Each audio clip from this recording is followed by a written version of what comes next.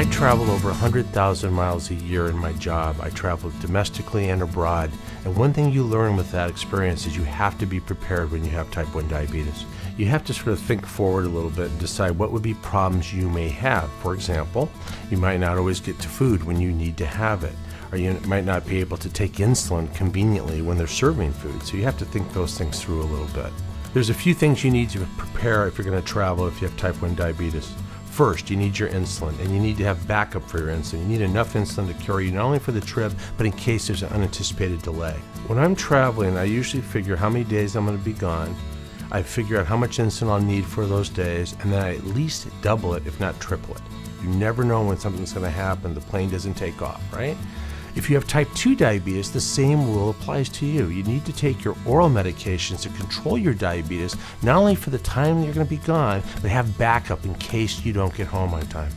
Second, you need a way to assess your glucose. You need to check your control and know what your control is. That means you carry a meter and enough strips to carry you.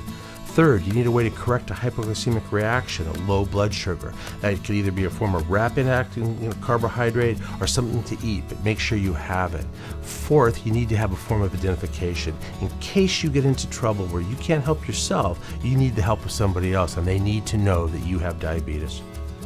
When I'm taking a long plane flight where there's going to be meal service, there's three things I want on my person. I don't want them overhead where I may not be able to get to them because of turbulence or something in the aisle.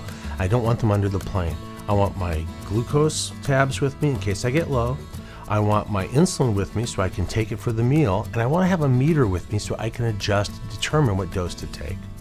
When you start traveling over large time zones, for example, if you're going over to Europe or Asia or someplace where the time really shifts a lot, you need to think a little bit about your diabetes and how your insulin works in terms of the timing of your insulin. So if your insulin is good for 4 to 6 hours, but you change a time zone, you need to account for that.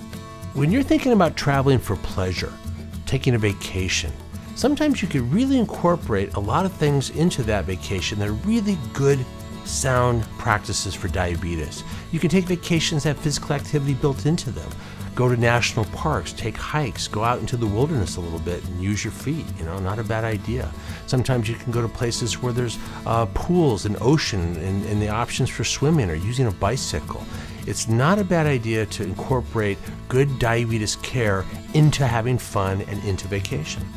When you're driving in your car, a couple of good rules. First, don't put your insulin in the glove box, leave it there and forget, because if the car gets too hot or gets too cold, you ruin your insulin. Now you have nothing to work with, and that's a big problem. Number two, make sure you have something to help you correct hypoglycemia. If you get low, that means you need to have something that's rapid and will correct it. And you shouldn't drive while you do that. You should pull over, correct it, and that brings us to the third rule. Have a meter. You don't know what's going on unless you can check. So you need to find out when you're safe to drive. If you have diabetes and you haven't traveled a lot yet, you can get excellent advice from your healthcare team. They can give you good, sound tips about how to travel safely with diabetes. If you're living with diabetes, you can get excellent information, great educational support at a really wonderful website, yourdiabetesinfo.org. I'm David Marrero, and my type 1 diabetes does not prevent me from traveling.